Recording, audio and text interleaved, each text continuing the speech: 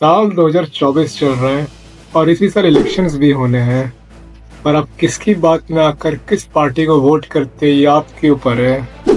लेकिन दूसरों की बातों में आने से पहले एक बार आपको भी सोचना ज़रूरी है कि किस पार्टी ने क्या क्या काम किया है। लेकिन आज हम लोग किसी पार्टी के बारे में बात नहीं करने वाले हैं। आज हम बात करेंगे एक बहुत बड़े थ्रेट के बारे में। एक ऐसा थ्रेट जो इंडिया के साथ साथ पूरे दुनिया में है। तो नमस्कार दोस्तों, आज के दुनिया में सबसे बड़ा थ्रेट है मिस इन्फॉर्मेशन।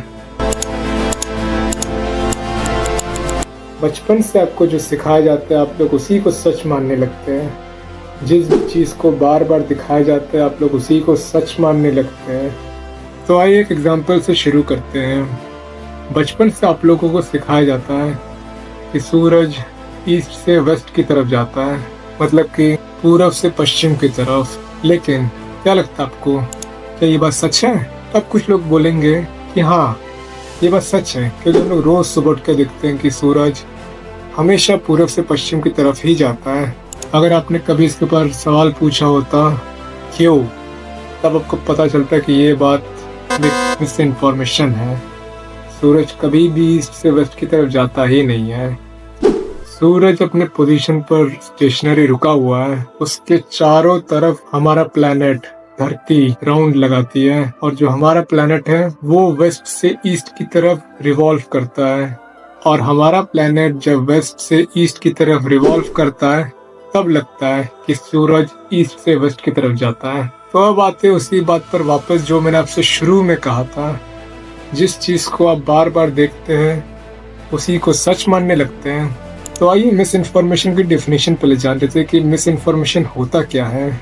आजकल मिस इन्फॉर्मेशन एक वायरस की तरह हो गया है जो पूरे इंटरनेट पर फैला हुआ है, जो लोगों की सोच और ओपिनियंस को बदल रहा है। ये मिस इन्फॉर्मेशन कुछ भी हो सकता है, जैसे कि गलत health advice, fake news, fake image, या फिर कोई मिसलीडिंग स्टैटिस्टिक्स। और ये सोसाइटी के लिए बहुत ही ज़्यादा खतरनाक है। और आजकल ये सारा काम हमारा सोशल मीडिया बहुत अच्छे से कर रहा है। ये सारे प्लेटफॉर्म तो हमें ग्लोबली सबसे कनेक्ट कर रखा है, लेकिन इसी में बहुत सारे फॉल्स इन्फॉर्मेशन भी आते हैं। आजकल तो कुछ यूट्यूबर्स भी बिना फैक्ट्स चेक किए कुछ भी बोलते हैं यूट्यूब पर। अगर एमएसपी पर खरीदना कंपलसरी हो गया तो इसका फाइनेंशियल बर्डन 10 लाख करोड़ के आसपास होगा।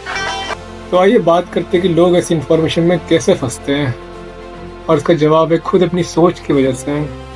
तो एक एग्जांपल से समझते हैं। आपने कहीं सोशल मीडिया पर देख लिया कि इस खाने को खाने से बहुत ही अच्छे एक्स्ट्राऑर्डिनरी हेल्थ बेनिफिट्स मिलते हैं, तो आप उसी खाने को रोज रोज रोज रोज खाते हो। लेकिन जब उसे साइंटिफिक वे में देखा गया तो उस खाने का कोई ऐसा बेनिफिट था ही नहीं।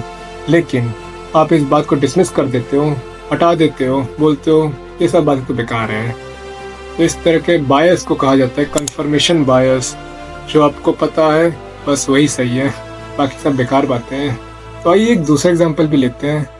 आप किसी शॉप में मोबाइल लेने गए और आपको जो मोबाइल पसंद आया वो आपको 10,000 में मिल रहा है। फिर आप अगले हफ्ते उसी दुकान पर वापस गए और आपने उसी मोबाइल के बारे में पूछा, और अब आपको बताया गया कि ये मोबाइल अब 8,000 में मिल रहा है। तो आपको ये प्राइस अच्छा लगा क्योंकि आप इसे इसके फर्स्ट इंफॉर्मेशन के साथ कंपेयर कर रहे हैं जो कि आपको पहले मिला था।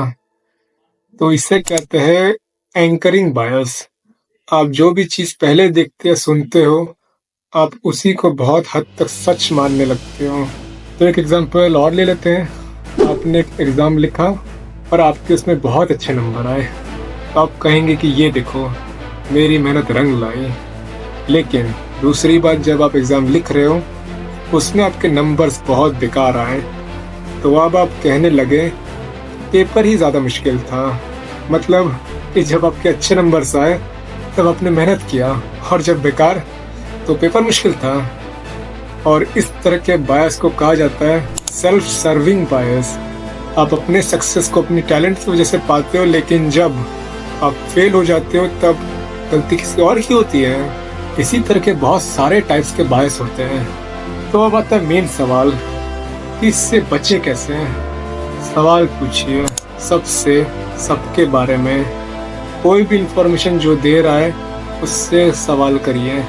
कहाँ से उसे ये इन्फॉर्मेशन मिला, क्या सोर्स है और ये किसने दिया।